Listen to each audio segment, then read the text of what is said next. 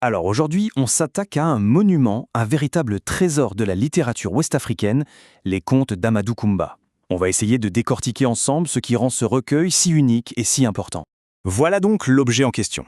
De prime abord, on voit un livre, un recueil de contes signé par un certain Birago Diop. Mais derrière cette couverture, il y a une histoire. Et elle est beaucoup plus complexe et fascinante qu'on pourrait le croire. Et c'est là que ça devient vraiment intéressant. Dès la préface, Léopold Sédar Senghor nous donne une clé de lecture capitale. Il nous dit en gros « Attention, Birago Diop n'est pas l'auteur au sens où on l'entend, il se présente lui-même comme le disciple, le simple traducteur d'un griot nommé Amadou Koumba. » Et cette petite nuance, en fait, elle change absolument tout. Du coup, ça nous amène à la question centrale, celle qui va nous guider tout au long de cette analyse. Si le nom sur la couverture est celui du passeur, du messager, alors qui est la source? Qui est le véritable créateur de ces histoires? C'est ce qu'on va tenter de découvrir. Pour trouver la réponse, il faut d'abord se pencher sur un personnage clé, une figure culturelle absolument centrale dans cette histoire, le griot. Alors le griot, attention, ce n'est pas juste quelqu'un qui raconte des histoires pour amuser la galerie. C'est bien plus que ça. C'est la mémoire vivante d'une communauté, le gardien de l'histoire, des généalogies, de la sagesse collective. Amadou Koumba, c'était ça. C'était cette bibliothèque vivante dont Birago Diop a eu la chance de recueillir la parole. Mais attention, il ne faut pas imaginer Diop avec un carnet en train de prendre des notes comme un simple secrétaire. Son travail a été bien plus profond.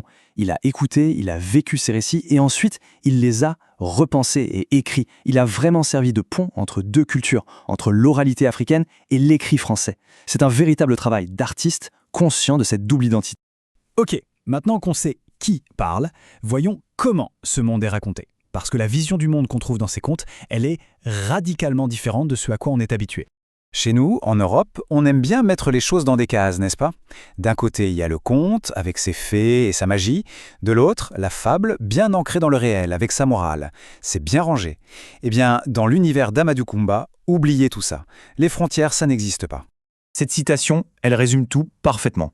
Pas de douanier, pas de panneau, on glisse du mythe à la légende, de la fable au proverbe, sans même s'en rendre compte. Le réel et le magique, ils sont tout le temps en train de danser ensemble, dans un même récit. C'est un monde complètement fluide. Et à la base de tout ça, il y a une idée fondamentale, une idée magnifique. Tout est connecté. Pensez à des vases communicants. Les animaux, les humains, les plantes, même les cailloux et les étoiles, tout ça partage une même arme, une même force vitale. L'univers est un immense réseau d'énergie où tout interagit. Alors, qui vit dans ce monde sans frontières? Eh bien, on y trouve des personnages inoubliables. Et ce sont surtout des animaux. Mais attention, ce ne sont pas des animaux comme les autres. Voilà le trio de tête. On a Luck le lièvre, le petit malin, le trickster qui se sort de toutes les situations.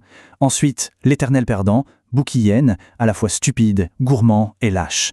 Et enfin, le roi de la brousse, Gayende le lion, courageux et juste. En fait, c'est une société animale qui est le reflet parfait de la nôtre. Ah, j'adore cette description. C'est tellement parlant, on l'imagine tout de suite, ce pauvre Bouki, le derrière toujours prêt à prendre des coups.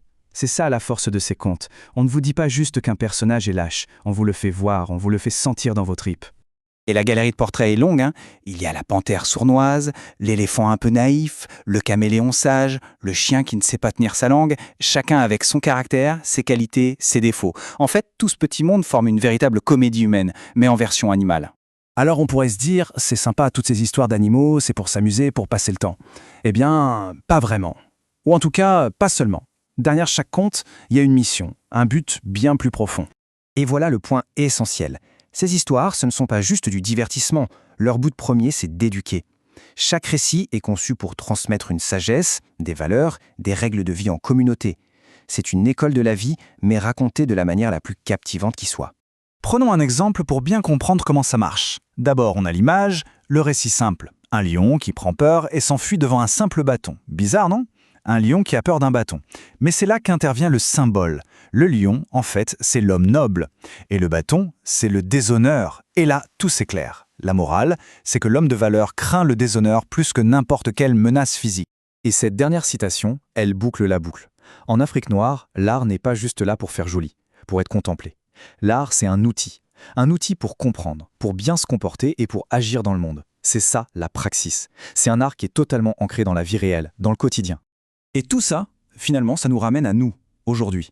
Ces contes-là, ils avaient une fonction claire, construire l'individu et souder la communauté.